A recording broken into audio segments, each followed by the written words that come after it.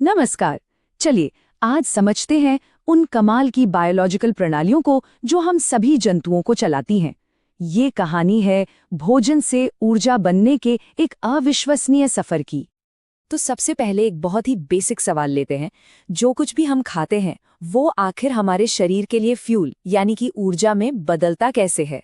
ये प्रोसेस सुनने में जितनी सीधी लगती है उतनी है नहीं, पर है बहुत दिलचस्प। ठीक है, तो इस पूरी कहानी को समझने के लिए ये रहा हमारा आज का रोड मैप। हम शुरुआत करेंगे पाचन से, फिर जानेंगे कि श्वसन कैसे ऊर्जा पैदा करता है, उसके बाद देखेंगे कि परिसंचरण कैसे इसे सब जगह पहुंचाता है, और आखिर में समझेंगे कि ये सब एक साथ मिलकर कैसे काम करते हैं। तो इस सफर की शुरुआत होती है पहले और सबसे जरूरी कदम से, पाचन। ये वो प्रक्रिया है जहां हमारे खाए हुए भोजन को छोटे छोटे काम के टुकड़ों में तोड़ा जाता है। पोषण असल में ये वो चाबी है जो खाने के अंदर बंद एनर्जी को अनलॉक करती है। ये वो प्रोसेस है जिससे भोजन के बड़े और जटिल कणों को इतने सरल रूप में लाया जाता है कि हमारा शरीर उन्हें इस्तेमाल कर सके। देखिए, हमारा खाना शरीर में एक बहुत ही एडवांस्ड डीअसेंबली लाइन से गुजरता है, जिसे कहते हैं आहार नाल। ये मुंह से शुरू होती है, जहां दांत उसे मैकेनिकली और लार उसे केमिकली तोड़ना शुरू करते हैं। फिर ये पेट और आंतों से होता हुआ आखिर में शरीर से वेस्ट बाहर निकलने पर खत्म होता है। हमारा पेट या आमाशय एक पावरफुल मिक्सर की तरह है। इसमें 3 खास चीजें निकलती हैं। एक है एसिड, जो खतरनाक बैक्टीरिया को खत्म करता है। दूसरा है पाचक रस, जो प्रोटीन को तोड़ता है। और तीसरा है श्लेष्मा, जो पेट को अपने ही एसिड से बचाकर रखता है। सोचिए कितना परफेक्ट बैलेंस है। अब ये बात सुनकर शायद आपको यकीन न हो, लेकिन हमारी छोटी आंत करीब 6 मीटर लंबी होती है। जी हाँ, 6 मीटर। इसकी इतनी ज्यादा लंबाई का एक ही मकसद है, पोषक तत्वों को सोखने के लिए ज्यादा से ज्यादा जगह बनाना। कमाल है ना? पर छोटी आंत ये सारा काम अकेले नहीं करती।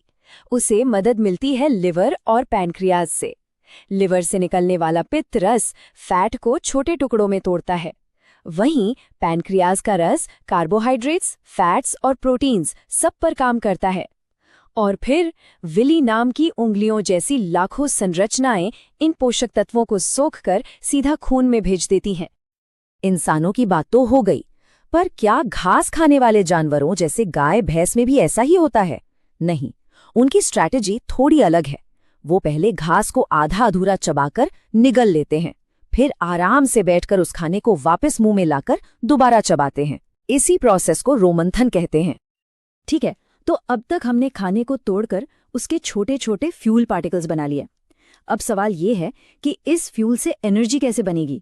यहीं से कहानी में एंट्री होती है श्वसन की। श्वसन वो केमिकल रिएक्शन है जो असल में हमारे शरीर की हर एक कोशिका को पावर देता है। इस प्रक्रिया में ग्लूकोज जैसे पोषक तत्व ऑक्सीजन की मदद से टूटते हैं और वो एनर्जी रिलीज करते हैं, जिससे हम चलते फिरते हैं, सोचते हैं और जिंदा रहते हैं। इसका एक सीधा सादा फॉर्मूला है। शरीर भोजन से ग्लूकोज लेता है, सांस से ऑक्सीजन लेता है, और इन दोनों को मिलाकर बनाता है कार्बन डाइऑक्साइड, पानी और सबसे जरूरी चीज ऊर्जा। यहाँ एक बहुत जरूरी बात समझनी होगी। ज्यादातर लोग सांस लेने यानी ब्रीदिंग और श्वसन यानी रेस्पिरेशन को एक ही चीज मान लेते हैं, पर ऐसा है नहीं। सांस लेना बस एक फिजिकल प्रोसेस है, हवा अंदर लेना और बाहर छोड़ना, जबकि श्वसन एक केमिकल प्रोसेस है जो कोशिकाओं के अंदर होती है। तो हवा का रास्ता कैसा होता है? चलिए इसे ट्रैक करते हैं। हवा नाक से अंदर जाती है, जहां बाल और म्यूकस उसे फिल्टर करते हैं। फिर वो श्वास नली से होते हुए फेफड़ों में पहुंचती है और आखिर में गुब्बारे जैसी लाखों छोटी छोटी कूपिकाओं में भर जाती है। और इन्हीं कूपिकाओं में होती है असली अदला बदली। यहीं पर ऑक्सीजन हवा से निकल के खून में चली जाती है और खून से कार्बन डाइऑक्साइड निकलकर हवा में आ जाती है, जिसे हम सांस के साथ बाहर छोड़ देते हैं। ये वो जगह है जहां श्वसन तंत्र और परिसंचरण तंत्र मिलते हैं।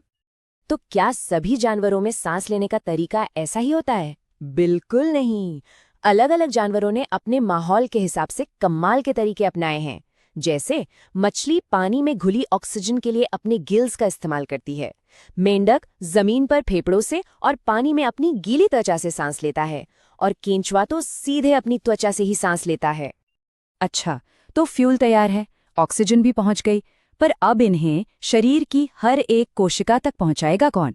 यहीं पर एंट्री होती है हमारे शरीर की सप्लाई चेन की, यानी परिसंचरण तंत्र। इस शानदार ट्रांसपोर्टेशन सिस्टम के 3 मेन प्लेयर्स हैं। पहला है दिल, यानी हृदय, जो एक नॉन स्टॉप पंप है। दूसरा है खून, यानी रक्त, जो कि वो लिक्विड है जिसमें सारा सामान ट्रांसपोर्ट होता है। और तीसरा है रक्त वाहिकाएं, जो पूरे शरीर में फैली सड़कों का एक घना जाल है। मतलब ये वो सिस्टम है जो डाइजेशन और रेस्पिरेशन को एक साथ जोड़ता है। यही पाचन से मिले पोषक तत्वों और सांस से मिली ऑक्सीजन को शरीर की हर एक कोशिका तक डिलीवर करता है और बदले में वहां से कचरा उठाकर वापस ले आता है। तो अब जरा एक कदम पीछे हटकर पूरी तस्वीर को देखते हैं। ये सारे सिस्टम्स अलग अलग नहीं, बल्कि एक ऑर्केस्ट्रा की तरह एक साथ मिलकर काम करते हैं। अगर इसे एकदम सिंपल शब्दों में कहें तो पाचन खाने को तोड़ता है, श्वसन उस टूटे हुए खाने से ऑक्सीजन की मदद से एनर्जी निकालता है, और परिसंचरण उस एनर्जी और ऑक्सीजन को हर जगह डिलीवर करता है। ये एक परफेक्ट टीम वर्क है। जब हम इस पूरे ऑटोमेटिक सिस्टम के बारे में सोचते हैं तो वाकई हैरानी होती है। कितना कमाल का और कितना कॉम्प्लेक्स है ये सब, जो हमारे शरीर के अंदर हर पल बिना रुके अपने आप चलता रहता है।